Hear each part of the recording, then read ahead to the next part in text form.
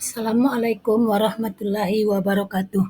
Ketemu lagi dengan Ibu Farida Wasti Lubis. Kali ini kita akan membahas tentang suhu, kalor, dan pemuaian.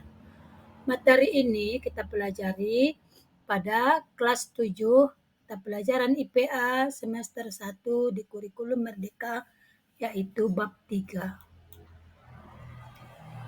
Suhu, kalor, dan pemuaian. Pada pokok bahasan ini kita akan membahas 3 topik, yaitu suhu, kalor, dan pemuaian. Pada topik suhu yang akan kita bahas yaitu arti suhu, alat pengukur suhu, satuan suhu, mengkonversikan satuan suhu. Sedangkan pada kalor ada arti kalor, rumus kalor, perpindahan kalor. Dan pada topik pemuaian, arti pemuaian, pemuaian panjang, pemuaian luas, pemuaian zat cair, dan pemuaian zat gas. Sekarang kita masuk pada topik yang pertama, yaitu suhu. Suhu adalah besaran untuk mengukur panas atau dinginnya suatu benda. Alat yang digunakan untuk mengukur suhu adalah termometer. Adapun bahan pengisi termometer adalah raksa dan alkohol. Namun yang paling banyak dipakai adalah raksa, dikarenakan raksa memiliki kelebihan berikut. Yang pertama, pemuaian teratur. Kedua, sensitif atau peka terhadap perubahan suhu. Kemudian tidak membasahi kaca. Kemudian warna mengkilat atau mencolok sehingga mudah diamati, dan rangenya luas, yakni minus 39 sampai dengan 357 derajat Celcius. Itulah kelebihan dari termometer raksa, sehingga yang paling banyak digunakan adalah termometer yang berisikan raksa. Kemudian satuan suhu adalah Kelvin. Ini satuan internasional, dan Celsius, Reaumur, dan Fahrenheit. Kemudian kita akan mengetahui bagaimana perbandingan skala Celsius dengan skala lainnya. Adapun tadi 4 termometer yang sering kita pakai untuk mengukur suhu, yakni Celsius, Fahrenheit, Reaumur, dan Kelvin, ini berdasarkan satuannya. Adapun perbandingannya ini kita ambil dari titik tetap atas, titik tetap bawah, dan skala. Titik tetap atas adalah suhu di mana air pada saat itu mulai mendidih. Sedangkan titik tetap bawah, suhu di mana air mulai membeku atau es mulai mencair. Adapun perbandingannya, Celsius titik tetap bawahnya 0, titik tetap atas 100, skala 100. Kemudian Fahrenheit titik tetap bawah 32, titik tetap atas 212, skala 180. Kemudian Reaumur titik tetap bawah 0, titik tetap atas 80, skala 80. Sedangkan Kelvin titik tetap bawah 273, titik tetap atas 373, skala 100. Untuk lebih memudahkan kita di dalam penghitungan nanti kalau kita akan mengubah skala dari termometer tersebut, maka skala ini bisa kita sederhanakan. Sama-sama kita bagi 20. Celsius 100 skalanya kita bagi 20, hasilnya 5. Fahrenheit 180 kita bagi 20, diperoleh 9. Sedangkan Reaumur 80 dibagi 20, 4. Dan Kelvin 100 dibagi 20, hasilnya 5. Supaya lebih jelasnya, bagaimana perbandingan skala termometer Celsius, Fahrenheit, Reaumur, dan Kelvin berdasarkan titik tetap atas dan bawah bisa diperhatikan pada gambar. Sekarang kita akan mengubah satuan suhu dari suatu termometer ke termometer lain, atau mengubah satuan suhu dari Celsius ke Fahrenheit, ke Reaumur, atau ke Kelvin. Adapun rumus yang sering kita pakai yaitu C/5 sama dengan R/4 sama dengan F-32/9. Sedangkan Kelvin sama dengan C ditambah 273. Supaya lebih paham, sekarang coba perhatikan contoh soal berikut. Adapun contoh soal yang pertama, kita akan mengubah Celsius ke Reaumur, Fahrenheit, dan Kelvin. Suatu ruangan apabila kita ukur dengan termometer Celsius, suhunya 37 derajat Celsius. Berapakah suhu tersebut apabila kita ukur dengan termometer Reaumur, Fahrenheit, dan Kelvin? Maka cara penyelesaiannya yaitu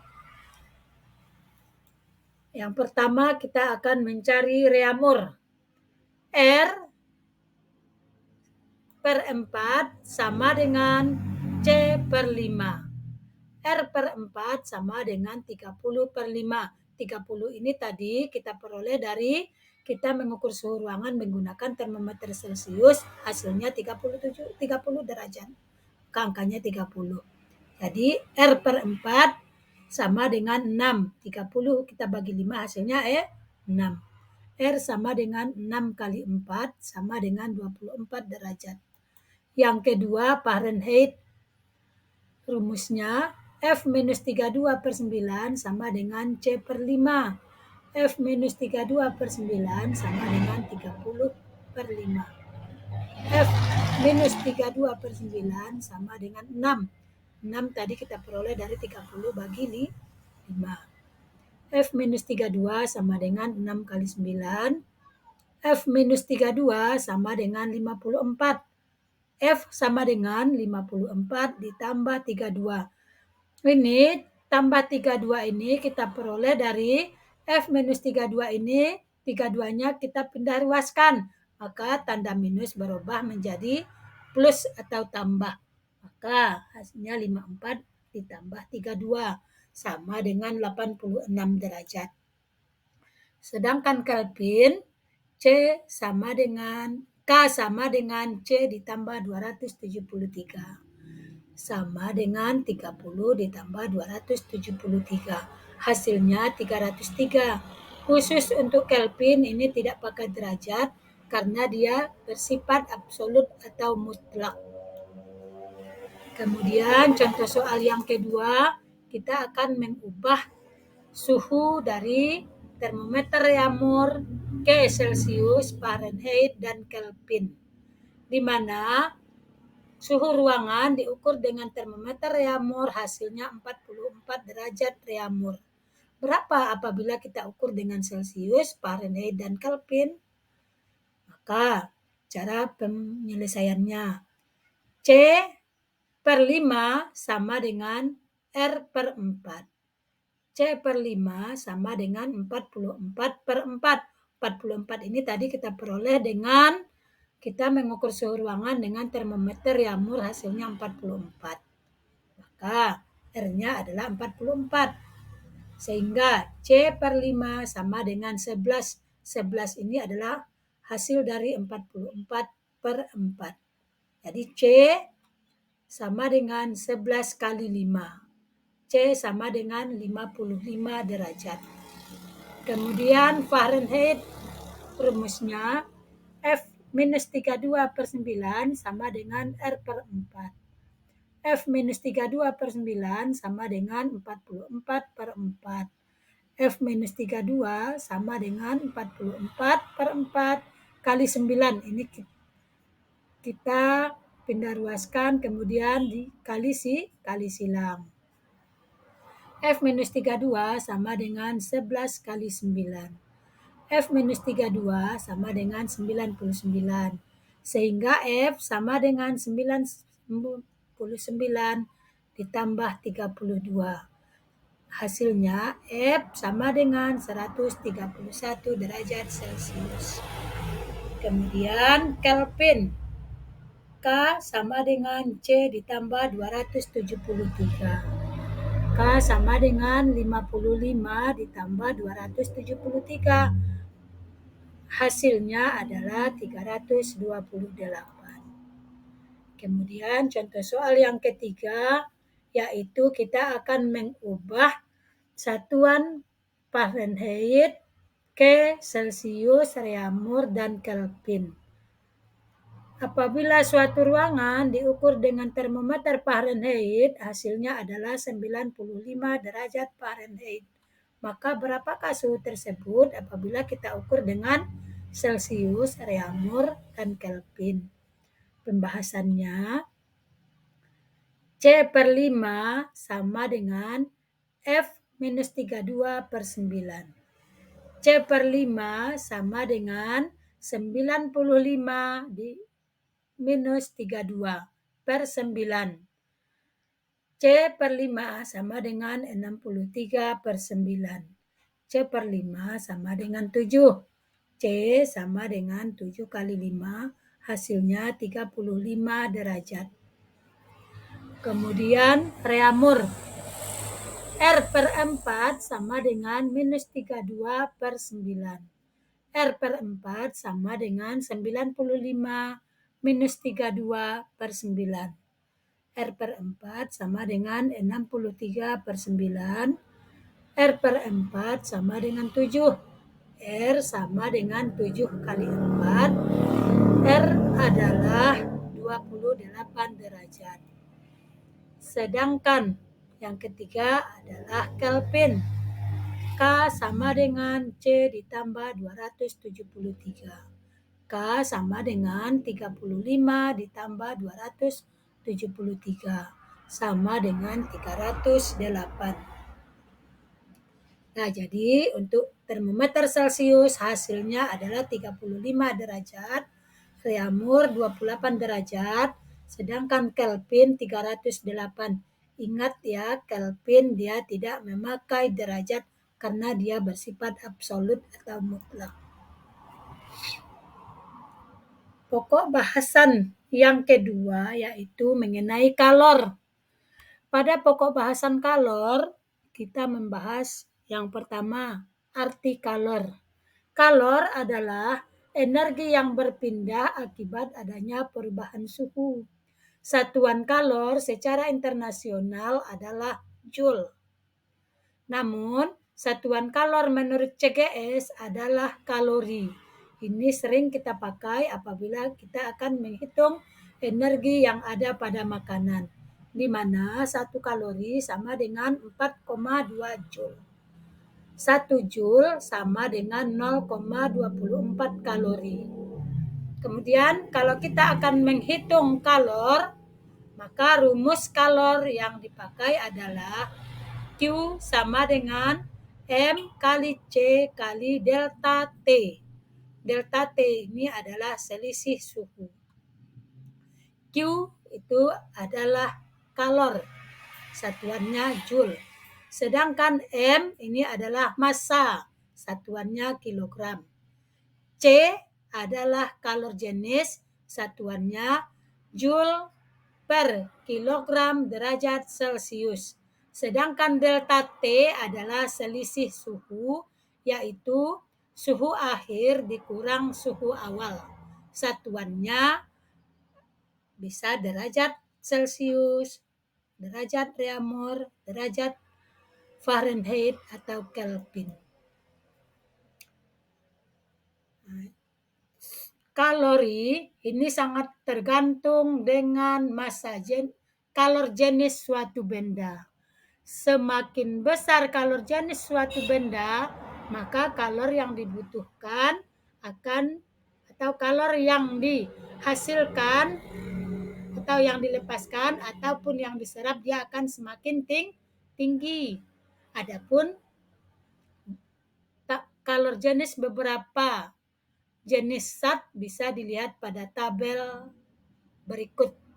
Air kalor jenisnya 4.200 Joule per kilogram derajat Celcius. Alkohol 2.400, es 2.100, udara 1.000, aluminium 900, kaca 670, raksa 140, besi 460, tembaga 390, perak 230. Sekarang kita akan mencoba menghitung kalor yang dibutuhkan untuk memanaskan suatu benda. Coba perhatikan contoh soal berikut. Berapa kalori yang dibutuhkan untuk menaikkan suhu 0,5 kg zat cair dengan kalor jenis 4.200 Joule per kilogram derajat Celcius dari suhu 28 derajat Celcius menjadi 38 derajat Celcius. Adapun pembahasannya. Yang pertama kita ketahui dari soal kita dapat melihat bahwa massa benda adalah 0,5 kg. Kemudian kalor jenis 4.200 Joule per kilogram derajat Celcius. Kemudian titik awal atau T0 itu 28 derajat Celcius. Kemudian suhu akhir atau T1 38 derajat Celcius. Maka delta T atau selisih suhunya adalah T akhir dikurang T awal sama dengan 38 dikurang 28 sama dengan 10 derajat Celcius. Yang ditanya adalah Q atau kalor. Berapakah kalor yang diserap atau dibutuhkan? Jawab, Q sama dengan M kali C kali delta T. Sama dengan 0,5 dikali 4.200 dikali 10. Hasilnya Q sama dengan 21.000 Joule. Ini kita jadikan ke kilojoule, maka kita bagi 1000. Maka 21.000 dibagi 1000 adalah 21. Jadi Q-nya adalah 21 kilojoule. Kemudian yang kedua mengenai kalor yaitu perpindahan kalor. Perpindahan kalor bisa terjadi dengan 3 cara, yakni yang pertama konduksi atau aliran, yang kedua konveksi atau hantaran, dan yang ketiga radiasi atau pancaran. Konduksi atau aliran.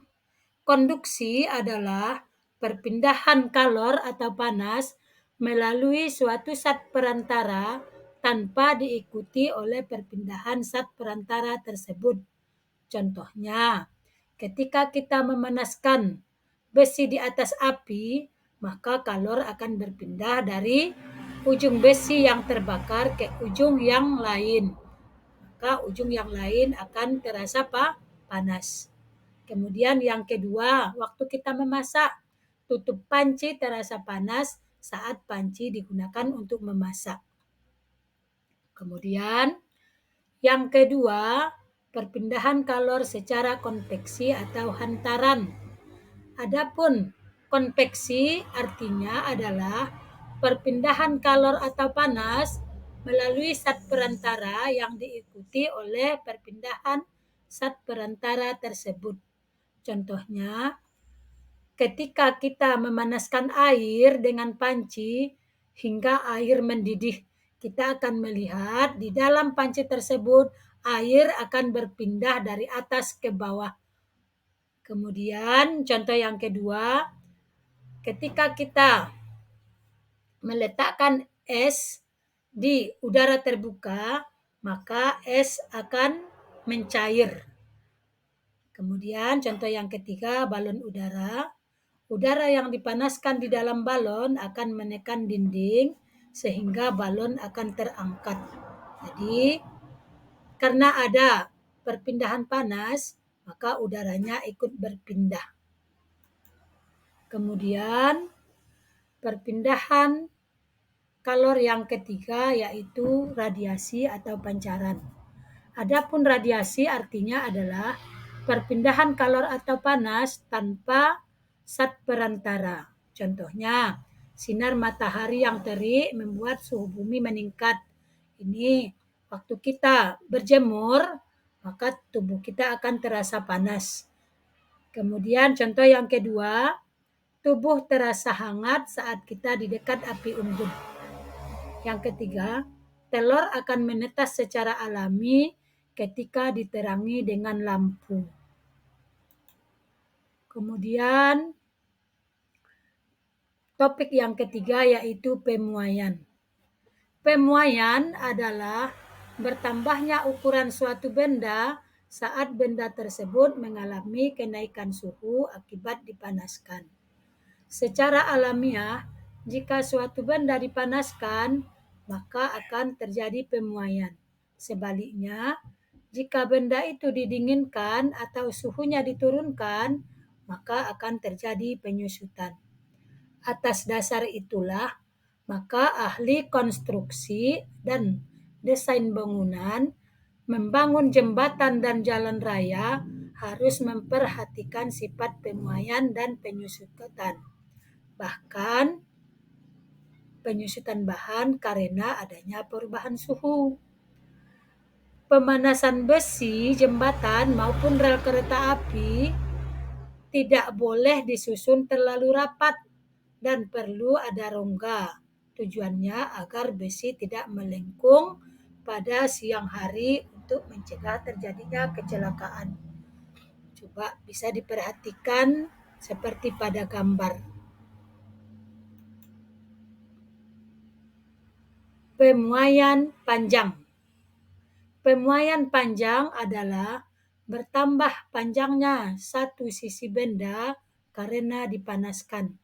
Semakin besar koefisien muai panjang suatu benda, maka semakin besar pula pertambahan panjang benda tersebut. Adapun koefisien muai panjang suatu benda bisa dilihat pada tabel berikut. Jadi kalau kita perhatikan, semakin besar nanti koefisien muai panjangnya, maka pertambahan panjangnya akan semakin cepat atau pemuaian panjangnya akan semakin cepat. Kemudian yang kedua, pemuaian luas. Pemuaian luas adalah pemuaian yang terjadi pada kedua arah sisi benda. Pemuaian luas memiliki koefisien muai sebesar 2 kali koefisien muai panjang. Kemudian yang ketiga, pemuaian zat cair. Zat cair juga mengalami pemuaian ketika dipanaskan. Pemuaian zat cair relatif lebih rendah dan mudah diamati dibandingkan zat padat. Kemudian pemuaian zat gas. Zat gas juga akan mengalami pemuaian jika dipanaskan. Sifat pemuaian gas dapat digunakan dalam kehidupan sehari-hari, misalnya untuk menerbangkan balon udara.